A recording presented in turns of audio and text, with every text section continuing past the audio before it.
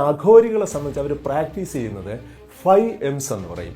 സംസ്കൃതത്തിൽ പഞ്ചമകാരങ്ങൾ: മത്സ്യം, മാംസം, മൈഥുനം, മുദ്ര, മദ്യം. നമ്മളെ അവർക്ക് അടുപ്പിക്കേണ്ട ഒരു കാര്യമില്ല.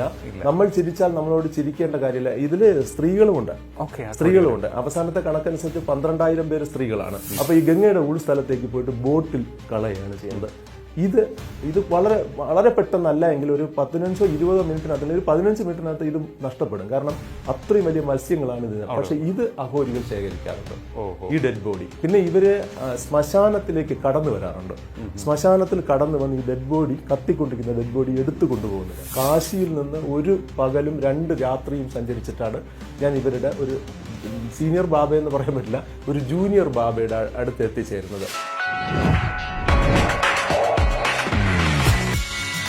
നമസ്കാരം, ടോക്കിംഗ് പോയിന്റിലേക്ക് സ്വാഗതം. ആധുനിക ഭാരതം ചർച്ച ചെയ്യുന്ന ഒരു വിഷയമാണ് അഘോരികൾ. എന്താണ് അഘോരികൾ? ഭസ്മം വാരിപ്പൂശി നഗ്നരായി വരുന്നവർ, ആധുനിക സമൂഹവുമായി ഇടപഴകാത്തവർ, മാംസം ഭക്ഷിക്കുന്നവർ, ഇതൊക്കെയാണ് നമ്മൾ കേട്ടിട്ടുള്ളത്. യഥാർത്ഥത്തിൽ എന്താണ് അഘോരികളെന്ന് നമുക്ക് പരിശോധിക്കേണ്ടതുണ്ട്.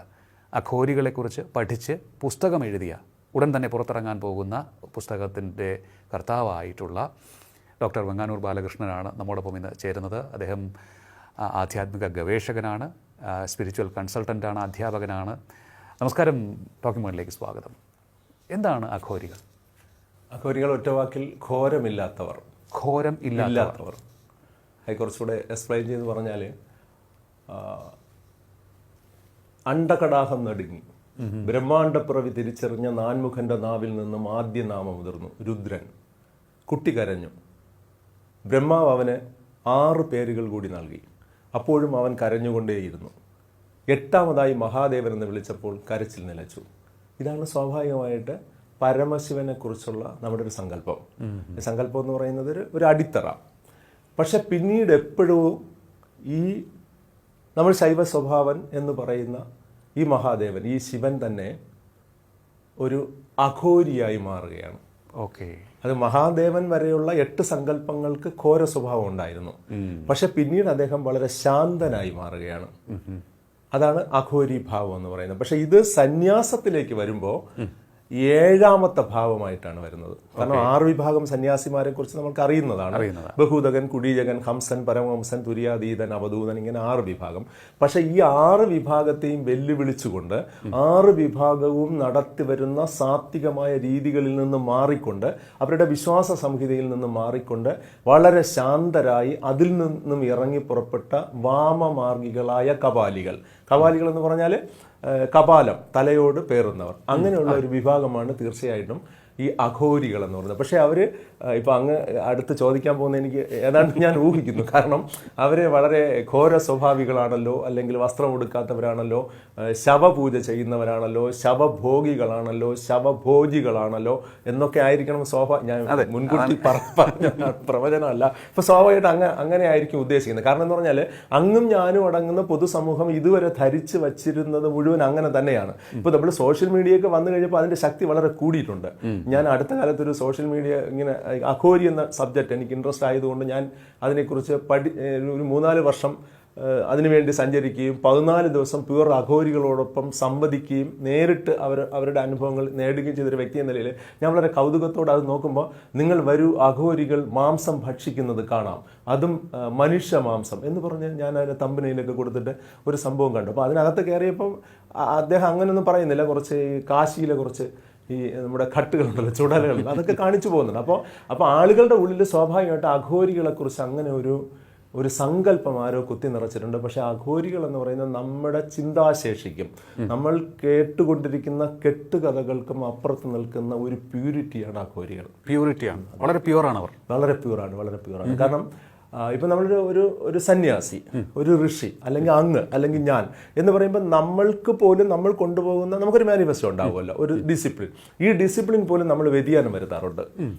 അങ്ങിപ്പോൾ പ്യുവർ വെജ് കഴിച്ചുകൊണ്ടിരിക്കുന്നു, കുറച്ച് ദിവസം കഴിയുമ്പോൾ വെജ് കിട്ടാതാകുമ്പോൾ അങ്ങ് ചെറിയ മത്സ്യം നെത്തോലിയൊക്കെ കഴിച്ചു കൊടുക്കുന്നു. പിന്നെ ഞാനും അങ്ങും നമ്മൾ രണ്ടല്ല ഒന്ന് തന്നെ. അപ്പം നമ്മൾ ഇങ്ങനെയൊക്കെ വ്യതിയാനം വരുത്തും. കാരണം എന്ന് പറഞ്ഞാൽ നമുക്ക് ജീവിതത്തിൽ പിന്നെ വ്യക്തമായ വൈരാഗ്യമില്ലാത്തവരാണ്. വൈരാഗ്യം എന്ന് പറഞ്ഞാൽ ഡെഡിക്കേഷൻ. വൈരാഗ്യം നമുക്ക് ആളുകളോട് നമുക്ക് വൈരാഗ്യം തോന്നും, മലയാളത്തിലെ വൈരാഗ്യം. പക്ഷെ മറ്റത് നമുക്കില്ല. പക്ഷെ അഘോരികളെ സംബന്ധിച്ച് അവർ പ്രാക്ടീസ് ചെയ്യുന്നത് 5 M's എന്ന് പറയും. സംസ്കൃതത്തിൽ പഞ്ചമകാരങ്ങൾ: മത്സ്യം, മാംസം, മൈഥുനം, മുദ്ര, മദ്യം. ഈ 5 വിഷയങ്ങളാണ് ഇവർ പ്രാക്ടീസ് ചെയ്യുന്നത്. പ്രാക്ടീസ് ഞാൻ ഇത് എക്സ്പ്ലെയിൻ ചെയ്യാം. അതിനോടൊപ്പം തന്നെ ഇവരെക്കുറിച്ച് വ്യക്തമായി മനസ്സിലാക്കണം. ഇവർക്ക് വ്യക്തമായ ഒരു എയിം ഉണ്ട്, അൾട്ടിമേറ്റ്. ഇവരുടെ അൾട്ടിമേറ്റ് എയിം എന്ന് പറയുന്നത് ടു ദ മോക്ഷം പ്രാപിക്കുക. ഈ മോക്ഷത്തിന് വേണ്ടി ഇവർ പരമാവധി എനർജി അബ്സർവ് ചെയ്യാണ്. അങ്ങിപ്പോ എന്നോട് ചോദ്യങ്ങൾ ചോദിക്കാൻ വേണ്ടി അങ്ങ് പരമാവധി എനർജി എടുത്തു കഴിഞ്ഞു. ഞാൻ അങ്ങ് ചോദ്യം ചോദിക്കാതെ കയറി ഇങ്ങനെ ഇടപെട്ടുകൊണ്ടേയിരിക്കുകയാണ്. അപ്പോൾ അങ്ങ് ഒരുപാട് അഘോരികളെ കുറിച്ച് അങ്ങക്ക് അറിയുന്ന രീതിയിൽ അങ്ങ് പഠിച്ചു കഴിഞ്ഞു. അങ്ങയുടെ ഗുരുനാഥന്മാരെ ഫ്രണ്ട്സിനെയൊക്കെ വിളിച്ച് ഇങ്ങനെ പല ചോദ്യങ്ങളും ചോദിക്കാനായിട്ട് അങ്ങ് പ്രാക്ടീസ് ചെയ്യുന്നുണ്ടല്ലോ. അതുപോലെ തന്നെ അവരും ശരിക്കും ഈ അൾട്ടിമേറ്റിന് വേണ്ടിയിട്ട് അവർ പ്രാക്ടീസ് ചെയ്യണം. അതിൽ അവർ പ്രാക്ടീസ് ചെയ്യുന്നതാണ് ഈ പഞ്ചമകാരങ്ങൾ. ഈ ഓരോ സ്ഥലത്തും ഈ മുദ്ര എന്ന് പറയുന്നത് മത്സ്യം നമുക്കറിയാം, മാംസം, മൈഥുനം എന്ന് പറയുന്ന സെക്സ് തന്നെ. പക്ഷെ നമ്മൾ ഉദ്ദേശിക്കുന്ന സെക്സ് അല്ല, താന്ത്രിക്കാണ്. തന്ത്ര എന്ന് പറയും. തന്ത്രയാണ് അവർ പ്രാക്ടീസ് ചെയ്യുന്ന. സെക്സ് എന്ന് പറഞ്ഞാൽ ഒരു സ്ത്രീയുമായിട്ടോ ഒരു പുരുഷനായിട്ടോ ഭോഗം ചെയ്തുകൊണ്ടുള്ള സെക്സ് അല്ല. അതുപോലെ മദ്യം എന്ന് പറയുന്ന മദ്യം തന്നെയാണ്. മുദ്ര എന്ന് പറയുന്ന നമ്മൾ കാണുന്ന മുദ്രകൾ തന്നെയാണ്. പക്ഷേ ഇതിൽ നടക്കുന്നത് മുഴുവൻ എനർജിയുടെ അബ്സർവേഷനാണ്. പിന്നെ ഞാൻ പറഞ്ഞോട്ടോ, അല്ല അങ്ങിപ്പോൾ അടുത്ത് ചോദിക്കാൻ പോയത് ഇവരുടെ ഈ ശവപൂജയെ സംബന്ധിച്ചാണ്. ഇവർ ശവപൂജ നടത്തുന്നവരാണ്. പക്ഷെ ഇവർ ഭോഗ്യം നടത്തുന്നവരല്ല, ശവത്തെ ഭോഗിക്കുന്നവരുമല്ല. അത് തെറ്റായ ധാരണ. കാരണം എന്ന് പറഞ്ഞാൽ എല്ലാ സ്ഥലത്തു നിന്നും എനർജി പ്രൊഡ്യൂസ് ചെയ്യുന്നു അങ്ങേക്കും എനിക്കും അറിയാലോ, ശാസ്ത്രവും തെളിയിച്ചിട്ടുള്ള. അപ്പോൾ സ്വാഭാവികമായിട്ട് ഡെഡ് ബോഡിയിൽ നിന്നും എനർജി പ്രൊഡ്യൂസ് ചെയ്യുന്നു എന്നാണ് ഇവർ പറയുന്നത്. സത്യമാണ്. കാരണം ഡെഡ് ബോഡിയിൽ എനർജി പ്രൊഡ്യൂസ് ചെയ്യുന്നത് കൊണ്ടാണല്ലോ കത്തിക്കാത്ത ഡെഡ് ബോഡി പുഴുക്കുകയും അതിൽ ആയിരക്കണക്കിന് ലക്ഷക്കണക്കിന് പുഴുക്കൾ ഉണ്ടാവുകയും അവ ഭൂമിയിൽ ജീവിക്കുകയും ചെയ്യുന്നു. അപ്പോൾ ഈ ഡെഡ് ബോഡിയിലുള്ള മുഴുവൻ എനർജിയും അബ്സർവ് ചെയ്യുകയാണ് ഇവരുടെ ജോലി. അപ്പോൾ അതേസമയം ഒരു അഘോരിയായി മാറുക എന്ന് പറയുന്നത് അത്ര എളുപ്പമല്ല. നമുക്കൊരു സന്യാസി ശ്രേഷ്ഠനാവാൻ കുറച്ച് എളുപ്പമാണ്, അല്ലെങ്കിൽ ഒരു പുരോഹിതനാവാൻ എളുപ്പമാണ്, ഒരു ജേർണലിസ്റ്റ് ആവാൻ എളുപ്പമാണ്, ഒരു അല്ലെങ്കിൽ ഒരു അഡ്വക്കേറ്റ് ആവാനൊക്കെ വളരെ എളുപ്പമാണ്. പക്ഷേ ഇതെന്ന് പറയുന്നത് വളരെ കഠിനമായ ഒരു പരിശ്രമത്തിലൂടെ മാത്രമേ ഒരാളിന് ഒരു അഘോരിയായി തീരാൻ കഴിയുകയുള്ളൂ. വർഷങ്ങളുടെ പരിശ്രമം വേണ്ടി വരും. അപ്പോൾ ഇവരെക്കുറിച്ച് അങ്ങ് കുറേയേറെ ഗവേഷണം നടത്തി. എവിടെയാണ് ഇവരുള്ളത്? ഇവർ ശരിക്കും പറഞ്ഞാൽ ഇവരുടെ ജനസംഖ്യ എന്ന് പറഞ്ഞാൽ ഏറ്റവും അവസാനത്തെ നമ്മുടെ സെൻസസ്, ഇന്ത്യ ഗവൺമെന്റിന്റെ സെൻസസ് അനുസരിച്ച് 79,000, ഒരു പക്ഷേ 1000 2000 വ്യത്യാസം വരുമായിരിക്കാം. 79,000 ഇവരുടെ സെൻസസ് എന്ന് പറയുന്നത്. ഇവര് നമുക്ക് അപ്രാപ്യരായ ഒരു ഗ്രൂപ്പ് ഓഫ് ബ്രെയിൻസ് ആണ്. അപ്രാപ്യരാണ്, നമുക്ക് പ്രാപ്യരല്ല ഇവര്. നമ്മളോട് സംവദിക്കാനായിട്ട് അങ്ങനെ തയ്യാറാവാറില്ല. ഞാൻ തന്നെ ഈ നമ്മുടെ ജൂണ അഖാഡയിൽപ്പെട്ട സുമേരിഗിരി എന്ന് പറയുന്ന ഒരു ശ്രേഷ്ഠനായ ഒരു വ്യക്തിയും അദ്ദേഹം അതിൽ അംഗമാണ്. അതുപോലെ എൻ്റെ ഗുരുനാഥനായ, അദ്ദേഹം വന്നിട്ടില്ല, എൻ്റെ ഗുരുനാഥനായ പിന്നെ സ്വാമി ധർമാനന്ദയുടെ ഒരു ഡയറക്ഷനോട് കൂടിയാണ് ഞാൻ 2 പ്രാവശ്യം കാശിയിൽ പോകുന്നത്. പക്ഷേ ഈ കാശിയിൽ 2 പ്രാവശ്യവും എനിക്കിത് നടന്നിട്ടില്ല. 3ാമതാണ് ഞാനൊരു വലിയ ശ്രമം നടത്തിയതിനു ശേഷം കാശിയിൽ നിന്ന് ഒരു പകലും 2 രാത്രിയും സഞ്ചരിച്ചിട്ടാണ് ഞാൻ ഇവരുടെ ഒരു സീനിയർ ബാബ എന്ന് പറയാൻ പറ്റില്ല, ഒരു ജൂനിയർ ബാബയുടെ അടുത്ത് എത്തിച്ചേരുന്നത്. പക്ഷേ ഇവരുടെ സഹവാസം കൂടുതലുള്ളത് ഹിമാലയ താഴ്വരയിലാണ്. പക്ഷേ ഇവർ കുംഭമേളയിൽ ഡയറക്റ്റ് ആയിട്ട് പങ്കെടുക്കുന്നവരല്ല. ഇപ്പൊ കുംഭമേളയുടെ കാലമാണല്ലോ.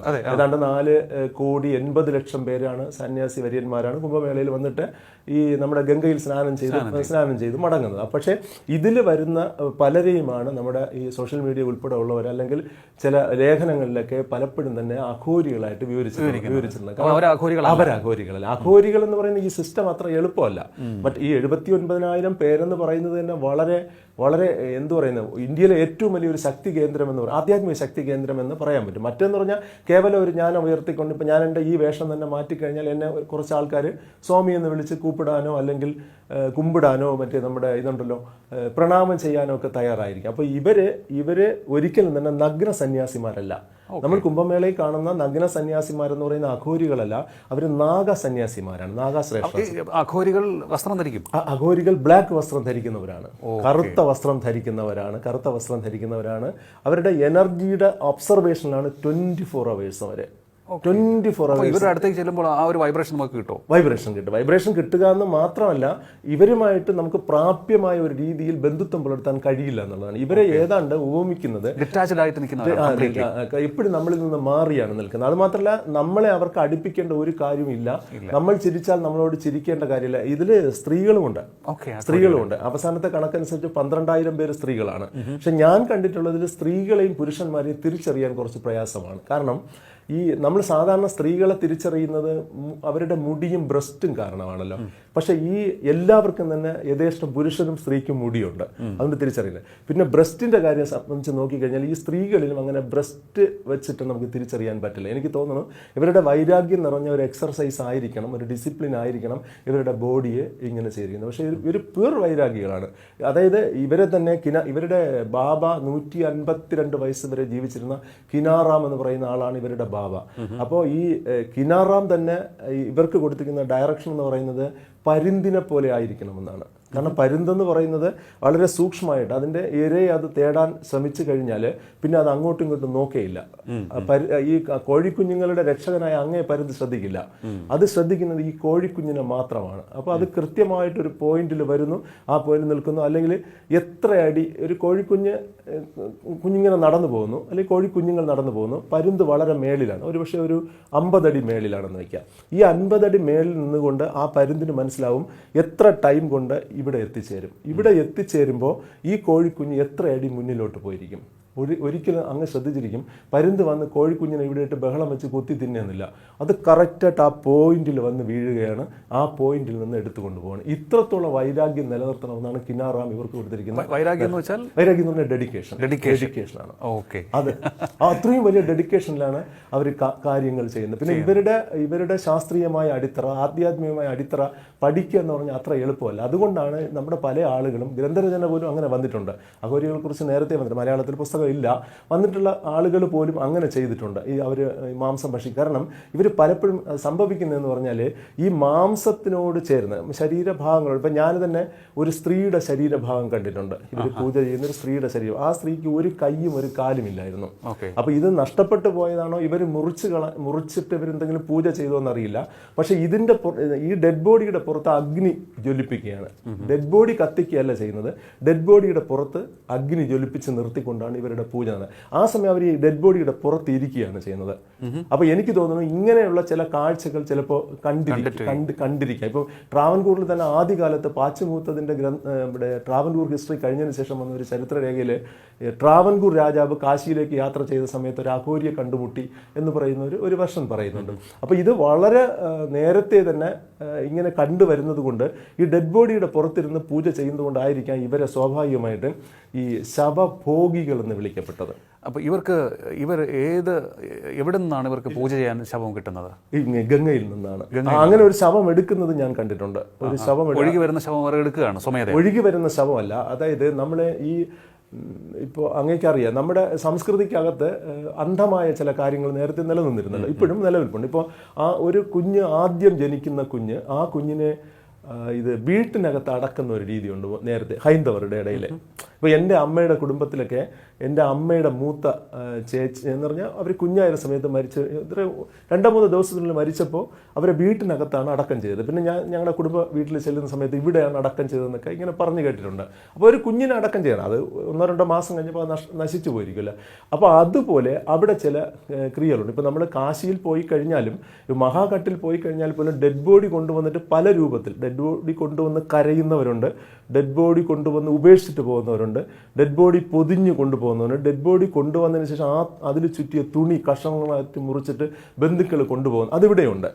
നമ്മൾ അരയിൽ ചുറ്റിയിട്ട് ഈ കർമ്മങ്ങളൊക്കെ ചെയ്യാനോ. അപ്പോൾ ഇങ്ങനെ പല രീതിയിൽ ഡെഡ് ബോഡി ഉപേക്ഷിച്ചിട്ട് പോകുന്നവരുണ്ട്, അത് ക്യാഷൊക്കെ കൊടുത്തിട്ട് ഉപേക്ഷിച്ചിട്ട് പോവുകയാണ്. അപ്പോൾ അങ്ങനെ പല ഇന്ന് ഡെഡ് ബോഡിയിലിടുന്ന ധാന്യങ്ങൾ, ഈ ചണ്ടാല സ്വഭാവത്തിൽ ഈ ധാന്യങ്ങൾ തിരിച്ചു കൊണ്ടുപോകുന്നവർ, അങ്ങനെ പല ക്യാരക്ടറുള്ളവരുണ്ട്. അതുപോലെ ഈ അകാലത്തിൽ മരിക്കുന്ന ചില ആളുകളുണ്ട്. അകാലത്തിൽ എന്ന് പറഞ്ഞാൽ ഇതുപോലെ നമ്മൾ ഉദ്ദേശിച്ച പോലെ കുഞ്ഞുങ്ങളല്ല, കുറച്ച് ഏജ്ഡ് ആയിട്ടുള്ള, കുറച്ച് ഒരു പക്ഷേ 18 വയസ്സോ 20 വയസ്സോ അങ്ങനെയൊക്കെ മരിക്കുന്ന ഇവരെ തുണിയിൽ ഇങ്ങനെ ചുറ്റിയിട്ട് കൊണ്ടുവന്നിട്ട് അവിടെ ഈ പൂജ ചെയ്യുന്ന പാണ്ഡേകൾ എന്ന് പറയുന്ന ഒരു വിഭാഗക്കാരുണ്ട്. അവരാണ് ഈ മരണാനന്തര ക്രിയകളൊക്കെ ചെയ്യുന്നവർ.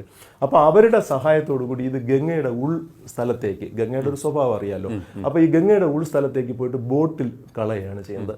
ഇത് ഇത് വളരെ വളരെ പെട്ടെന്നല്ല എങ്കിൽ ഒരു 15-20 മിനിറ്റിനകത്ത് അല്ലെങ്കിൽ ഒരു 15 മിനിറ്റിനകത്ത് ഇത് നഷ്ടപ്പെടും. കാരണം അത്രയും വലിയ മത്സ്യങ്ങളാണ് ഇതിന്. പക്ഷെ ഇത് അഘോരികൾ ശേഖരിക്കാറുണ്ട്, ഈ ഡെഡ് ബോഡി. പിന്നെ ഇവര് ശ്മശാനത്തിലേക്ക് കടന്നു വരാറുണ്ട്. ശ്മശാനത്തിൽ കടന്നു വന്ന് ഈ ഡെഡ് ബോഡി, കത്തിക്കൊണ്ടിരിക്കുന്ന ഡെഡ് ബോഡി എടുത്തു കൊണ്ടുപോകുന്ന ഒരു അവസ്ഥ. അഭ്യാസികളുമാണ്. അഭ്യാസികളുമാണ്. കാരണം അരോഗ ദൃഢഗാത്രർ എന്ന് തന്നെ ഇവരെ വിളിക്കേണ്ടി വരും. കാരണം എന്ന് പറഞ്ഞാൽ പ്രകൃതിയെയാണ് ഇവരെ സ്വീകരിച്ചിരിക്കുന്നത്. കോസ്മിക് എനർജി ഇത്രത്തോളം സ്വീകരിച്ചിരിക്കുന്ന ലോകത്തിലൊരു ജനതയുണ്ടോ എന്ന് നമുക്കറിയാൻ പറ്റില്ല. പക്ഷെ ഇവർ പബ്ലിക്കുമായിട്ട് ഇഷ്യൂനൊന്നും ഉണ്ടാവാറില്ല. ഒരു ഇഷ്യൂ മറ്റ് സന്യാസി വിഭാഗങ്ങൾ പലപ്പോഴും ഇഷ്യൂസ് ഉണ്ടായിട്ടുണ്ട്. മേ ബി ഇവരെ ആധുനിക ശാസ്ത്രം പരിശോധിക്കാൻ തയ്യാറായേക്കും ഇനി അങ്ങോട്ട്. വന്നേക്കാം. ഇപ്പൊ അങ്ങേക്ക് അറിയില്ലേ, കൽക്കട്ടയിലെ ഒരു ജേർണലിസ്റ്റ് പോയ സമയത്ത് 52 സന്യാസി വേഷധാരികൾ ചേർന്ന് റേപ്പ് ചെയ്ത കഥ കഥയല്ല, ഒരു സംഭവം നടന്നിട്ടുണ്ട്. അവർ കൽക്കട്ട മെന്റൽ ഹോസ്പിറ്റലായിരുന്നു. ഞാൻ മാധ്യമപ്രവർത്തനം നിൽക്കുന്ന സമയത്തൊക്കെ അവർ ലൈവായിരുന്നു. ഇപ്പോൾ അവർ ജീവിച്ചിരിക്കുന്നുണ്ടോ എന്ന് എനിക്കറിയില്ല. അത്ര പക്ഷേ ഇവരിൽ നിന്ന് ഒരു തരത്തിലുള്ള അനർത്ഥവും ഇതുവരെ റിപ്പോർട്ട് ചെയ്യപ്പെട്ടിട്ടില്ല. കാരണം ഇവർ അനർത്ഥത്തിൽ ശ്രദ്ധിക്കുന്നവരല്ല. കാരണം അവരുടെ ലക്ഷ്യം അൾട്ടിമേറ്റ് ഞാൻ പറഞ്ഞു മോക്ഷയാണ് അവരുടെ ലക്ഷ്യം. അതുകൊണ്ട് അവർ അത്തരത്തിലുള്ള ഒരു വിഷയത്തിൽ ശ്രദ്ധിക്കുന്നില്ല. പക്ഷേ ഒരു അഘോരിയായി തീരുക, മഹാഘട്ടിലേക്കുള്ളൊരു പ്രവേശനം അല്ലെങ്കിൽ ഘട്ടുകളിലേക്ക് ഒരു പ്രവേശനം, ഇവരുടെ ബേസ്മെന്റ്, ഇവരുടെ പ്രവർത്തനം അത് വളരെ ഒരുപക്ഷെ അങ്ങ് ഞാനുമായിട്ട് ദിവസങ്ങളോളം ഇരുന്ന് ചർച്ച ചെയ്താലും അത് പ്രാവർത്തികമാക്കി എനിക്ക് പറഞ്ഞു തീർക്കാൻ പറ്റില്ല. അതുകൊണ്ടാണ് ഞാൻ ഈ പുസ്തകത്തിന്റെ സാധ്യത, ഇങ്ങനൊരു പുസ്തകത്തിന്റെ സാധ്യത എനിക്ക് മനസ്സിലാവുകയും ഞാൻ ഏതാണ്ട് ഈ 14 ദിവസം അവരോടൊപ്പം ഉള്ളൂ. പക്ഷേ അതിനു മുമ്പേ 2 യാത്രകൾ, വിഫലമായ 2 യാത്രകളുണ്ട്. ഞാനത് പുസ്തകത്തിൽ പറയുന്നുണ്ട്. പിന്നെ ഗുരുവര്യന്മാരിൽ നിന്ന് ഞാൻ സ്വീകരിച്ച ശരികളും തെറ്റുകളും ഉണ്ട്. ചിലർക്ക് ശരികൾ പറഞ്ഞു തരാൻ കഴിഞ്ഞില്ല, കാരണം അവർക്ക് അത്രത്തോളം ശരികൾ അറിഞ്ഞുകൂടായിരുന്നു. പിന്നെ ഇതിനു വേണ്ടി പഠനം നടത്തിയിരിക്കുന്ന കുറേ വർഷങ്ങൾ. അപ്പോൾ സ്വാഭാവികമായിട്ട് അഘോരികൾ തള്ളിക്കളയേണ്ട ഒരു വിഭാഗമല്ല, പക്ഷേ പഠന വിധേയമായി അങ്ങ് പറഞ്ഞതുപോലെ ശാസ്ത്രലോകം ഒരുപക്ഷെ വളരെ ശ്രദ്ധയോടുകൂടി, അല്ലെങ്കിൽ ഇപ്പോൾ അങ്ങ് നമ്മൾ സംസാരിച്ചുകൊണ്ടിരുന്ന AI ഉൾപ്പെടെയുള്ള സംവിധാനങ്ങൾ ഉപയോഗിച്ചുകൊണ്ട് ഇവരിലേക്ക് ഇറങ്ങി വന്ന് എന്താണ് ഇവരുടെ തലച്ചോറ്, ഇവരുടെ ബ്രെയിനിന്റെ പവർ എന്താണ്, ഇവരുടെ ന്യൂറോൺസ് എങ്ങനെയാണ് വർക്കൗട്ട് ചെയ്യപ്പെടുന്നത്, അത് നമ്മൾ പരിശോധിക്കപ്പെടേണ്ടതാണ്, പരിശോധിക്കപ്പെടുകയും ചെയ്യും. അപ്പോൾ നേരത്തെ ഇടയ്ക്ക് വന്ന ഒരു വേഗത്തിലൊരു സംശയ ദൂരീകരണം കൂടി, കുംഭമേളയിൽ വരുന്നത് ഇവരല്ല, നാഗാ സന്യാസിമാരാണ്. അത് വലിയൊരു സമൂഹമാണെന്ന് തോന്നുന്നില്ല. ഇവർ 79,000 ആണെങ്കിൽ അവർ അങ്ങ് നേരത്തെ കോടി. അതെ, അവിടെ പങ്കെടുക്കുന്നവർ തന്നെ ഇപ്പോൾ ഒഫീഷ്യൽ UP സർക്കാരിന്റെ കണക്ക് തന്നെ പറയുന്നത് 4,80,00,000 പേരാണ് അതിൽ ആളുകളല്ല, സന്യാസിമാർ. അവർക്ക് വേണ്ടി പ്രത്യേക കടവുകളാണ് ഒരുക്കിയിരിക്കുന്നത് ഗംഗയിൽ മുങ്ങാനായിട്ട്. അതിൽ 4,80,00,000 സംതിങ് ആണ് സർക്കാർ പറഞ്ഞിരിക്കുന്ന കണക്കെന്നാണ്. അപ്പോൾ ഇവര് ഹിമാലയത്തിൽ തന്നെ നിൽക്കുന്നവരും ഇവരെ ആരും തന്നെ ഒരു നോട്ടീസ് അയച്ച് വിളിപ്പിക്കുന്നതല്ല. ഈ കുംഭമേളയ്ക്ക്, അർദ്ധകുംഭമേള, മഹാകുംഭമേള, കുംഭമേള, ഇതിനൊന്നും ഇന്ന ദിവസം കുംഭമേള നടക്കും, നിങ്ങൾ വരുന്ന നോട്ടീസ് അയക്കും. ചിലപ്പോൾ ഒറ്റപ്പെട്ട ആശ്രമങ്ങളിൽ നിന്ന് ഇത് മെസ്സേജ് പായിക്കുമായിരിക്കും. പക്ഷേ ഇവർ പൂർണ്ണചന്ദ്രന്മാരെ ദർശന വിധേയമാക്കിക്കൊണ്ട് ഈ കൃത്യമായ ദിവസങ്ങളിൽ ഹിമാലയത്തിന്റെ താഴ്വരകളിൽ നിന്നും സ്വാഭാവികമായിട്ട് ഗംഗയുടെ തീരത്തേക്ക് ആർത്തുല്ലസിച്ച് വരിക എന്ന് പറയില്ലേ. ഇവരുടെ ഉള്ളു മുഴുവൻ ശിവമാണ്, ശിവമയമാണ്. ശിവമയം എന്ന് പറയുന്ന പ്രാണന്റെ ബോധമാണ്. ഈ ശിവൻ എപ്പോഴാണോ ഈ പ്രാണന്റെ ബോധത്തെ ത്യജിച്ചുകൊണ്ട് ഇറങ്ങിപ്പോകുന്നത്, അപ്പോൾ ഈ സാധനം ശവമായി തീരുകയാണ്. ഇവർ വിവസ്ത്ര ആണോ? അല്ല, ഇവരില് വിവസ്ത്രധാരികളും ഉണ്ട്, പിന്നെ അതുപോലെ ഇവർക്കെല്ലാം ഈ അഖാഡകളാണ്. അഖാഡകൾ എന്ന് പറയുന്ന ഗ്രൂപ്പുകളാണ്. അതിൽ ശ്രേഷ്ഠമായ അഖാഡകളുമുണ്ട്, ശ്രേഷ്ഠത ഇല്ലാത്ത അഖാഡകളുമുണ്ട്. ഇപ്പൊ നമുക്ക് തന്നെ ഇവിടെ ചില ക്ഷേത്രങ്ങൾ പരിശോധിച്ചാലേ കോഴിയെ വെട്ടുന്ന ക്ഷേത്രം എന്നും ഉണ്ടല്ലോ, പക്ഷെ അതേസമയം ഉണ്ണിയപ്പം മാത്രമുള്ള ക്ഷേത്രങ്ങളും ഉണ്ടല്ലോ. അല്ലെങ്കിൽ ഈ വസ്ത്രം, നമ്മുടെ മേൽവസ്ത്രം ഇടാതെ കയറേണ്ട ക്ഷേത്രമുണ്ട്, ഇടുന്ന ക്ഷേത്രം. അതുപോലെയുള്ള അതൊരു വലിയ ചർച്ചാ വിഷയമോ അല്ലെങ്കിൽ ഒരു സാമൂഹ്യ ദ്രോഹപരമായിട്ടുള്ള വിഷയമൊന്നുമല്ല. അതൊരു സംസ്കാരത്തിന്റെ ഭാഗമായി നിലനിൽക്കുന്നു. ഇവരെ കൊണ്ട് എപ്പോഴാണോ ഭരണഘടനാ വിരുദ്ധമായിട്ടുള്ള കാര്യങ്ങൾ വരുന്നത്, അത് എപ്പോഴും അങ്ങനെയാണല്ലോ. ഇപ്പൊ അങ്ങ് ഞാനും ഇവിടെ ഇരുന്ന് സംസാരിക്കുമ്പോൾ ഭരണഘടനാ വിരുദ്ധമായിട്ടും സാമൂഹ്യ വിപത്തായിട്ടും നമ്മുടെ സംസാരം വന്നാൽ സ്വാഭാവികമായിട്ടും നമ്മൾ നിയമത്തിന്റെ ഇതിലാവും. അല്ലെങ്കിൽ നമുക്ക് എന്ത് വേണോ, സ്വാർത്ഥതയില്ലാതെ എന്ത് വേണോ സംസാരിക്കാവുന്നതാണ്. ഓക്കെ, എന്തായാലും അഘോരികളെ കുറിച്ചുള്ള പുസ്തകത്തിന് വേണ്ടി കാത്തിരിക്കുകയാണ്. തീർച്ചയായിട്ടും. വളരെയധികം നന്ദി ഇത്രയും സമയം ഞങ്ങളോട് സംസാരിച്ചത്. ഡോക്ടർ വെങ്ങാനൂർ ബാലകൃഷ്ണനാണ് നമ്മളോട് സംസാരിച്ചത്. ആധ്യാത്മിക ഗവേഷകനാണ്, ഗ്രന്ഥകർത്താവാണ്. അഘോരികളെക്കുറിച്ചുള്ള പുസ്തകം ഉടൻ തന്നെ പുറത്തിറങ്ങും. അതുപോലെ തന്നെ സ്പിരിച്വൽ ഗവേഷകൻ, കൺസൾട്ടൻറ്റ് എന്നീ നിലകളിലും അദ്ദേഹം പ്രവർത്തിക്കുന്നു, അധ്യാപകനുമാണ്. ടോക്കിംഗ് പോയിൻ്റ് ഈ അധ്യായം ഇവിടെ പൂർണ്ണമാകുന്നു. ഇനി അടുത്ത എപ്പിസോഡിൽ കാണാം. നമസ്കാരം.